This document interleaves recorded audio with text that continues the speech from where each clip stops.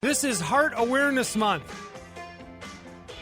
And as such, our Bronson Med Chat, we're going to talk with Dr. Shea Hogan, who's a cardiologist at Bronson Advanced Cardiac Healthcare. Good morning, Dr. Hogan. How are you? I'm well, thank you. Good. Me too. Yeah, good. Good to hear it. But this is a very important month, obviously, Heart Awareness Month, because heart disease is so prevalent in our society, whether it's genetic or diet-driven or whatnot. People need to be aware of their heart health. Can you tell us some of the signs and symptoms of heart disease? Well, I think most people know of the classic chest pain, elephant sitting on my chest kind of symptoms. But what's interesting is that the spectrum of symptoms with relation to heart disease is pretty broad, and it can include anything from, issues with breathing, shortness of breath, issues with exercise tolerance, somebody who's able to exert themselves and find that over time that they aren't able to do as much as they used to. Other symptoms include issues with, pains even in the stomach area, feeling like they're having indigestion, back pain, jaw pain, arm pain. All of these things may be manifestations of heart disease, actually. Dr. Hogan, are there distinct, and I've read articles that have intimated this, what you said, the classic symptoms, and I'm going to, say it, is you get the chest, you get the pain in the middle of the chest or pressure, and you get a little shortness of breath. Sometimes it radiates into the left arm or into the wrist, into the shoulder area. But women don't always feel those symptoms, do they? They may have a distinct set of symptoms for a heart attack that are different. Correct. Yep. And, we find this in males as well as females, but we know that females are much more likely to present with chest pain symptoms, much more likely to have issues with their breathing, much more likely just to feel like they don't have a lot of energy, that they're more fatigued. A lot of times they will have the indigestion feeling. But so we know that when we see women, we have to consider that their symptoms may be what we call atypical. And, we also see this in men as well, but it's more commonly found in women. We're talking with Dr. Shea Hogan, a cardiologist at Bronson Advanced Cardiac Healthcare. Dr. Hogan, if you are, we'll say in your 30s or, a little bit of 40s or whatever, is there a specific age where you should be asking your general practitioner, your primary care doctor, when you should start being checked for heart disease, either by a stress test or for whatever reason? Yeah, some of it depends, hopefully people are able to see their doctor on a, regular basis, annual or every few years. And what's important to realize is that as the number of risk factors that you have for heart disease goes up, usually the screening process may start at an earlier period. The important risk factors to consider are, if either of your parents have had issues with heart disease, especially at a younger age, if you're a smoker or have been a longstanding smoker, maybe recently quit, that's also a risk factor.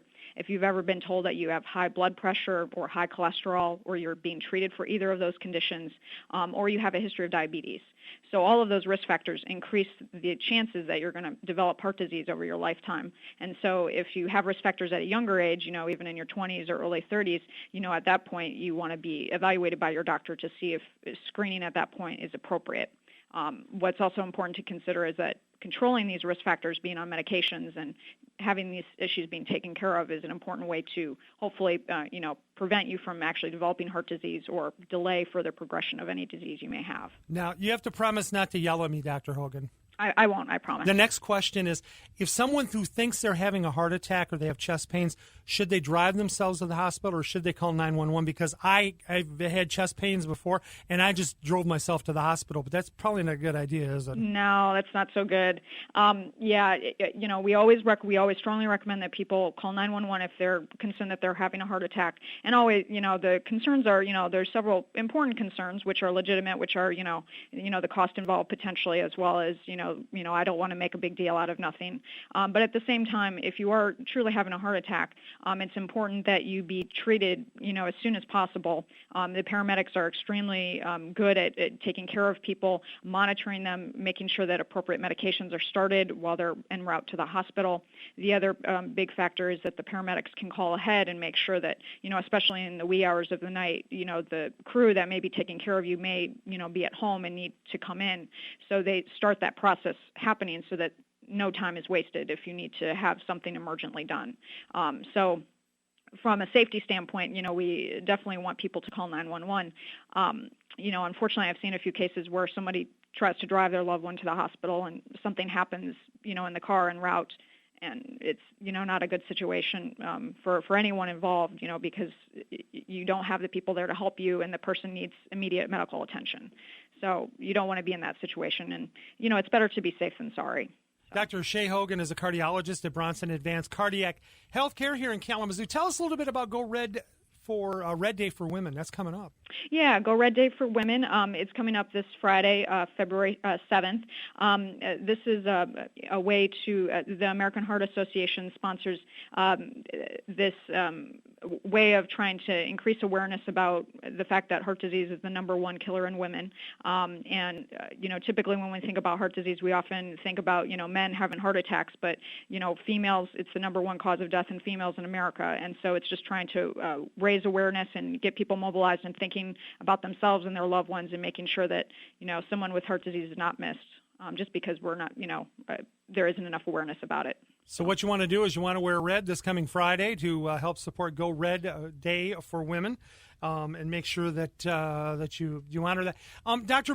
Hogan, if there's there's probably myriads of locations that people can get more information about heart disease, not only for men, for women, preventative measures, and whatnot. But from a physician standpoint, when you go in and you talk to your doctor, should you make sure that you have some questions in mind, just in the offhand chance that maybe you're predisposed, you have both your parents or your grandparents or whatever suffer from heart disease and whatnot? Is it a good idea to make sure you ask as many questions as possible? Oh, definitely. I think in this day and age, we all have to be advocates for ourselves and our family members, and it's important that you ask a lot of questions and you have your concerns addressed, and that you get the information that you need to take care of yourself and make sure that you're educated about these issues, and you understand why you're being treated the way you're being treated, or so forth. So I definitely agree with that.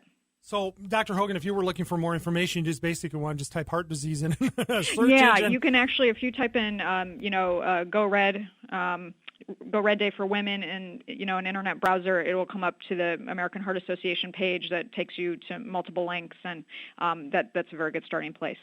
February is Heart Awareness Month, and Go Red Day for Women coming up on Friday, the 7th of February, so make sure that you monitor that. Dr. Shea Hogan is a cardiologist at Bronson Advanced Cardiac Healthcare. Dr. Hogan, thank you for taking time out of your busy day. We appreciate it very much, and hopefully we'll talk again soon. Well, thanks so much, Jen. It was great being seen. Okay. Thank you. All right, bye-bye.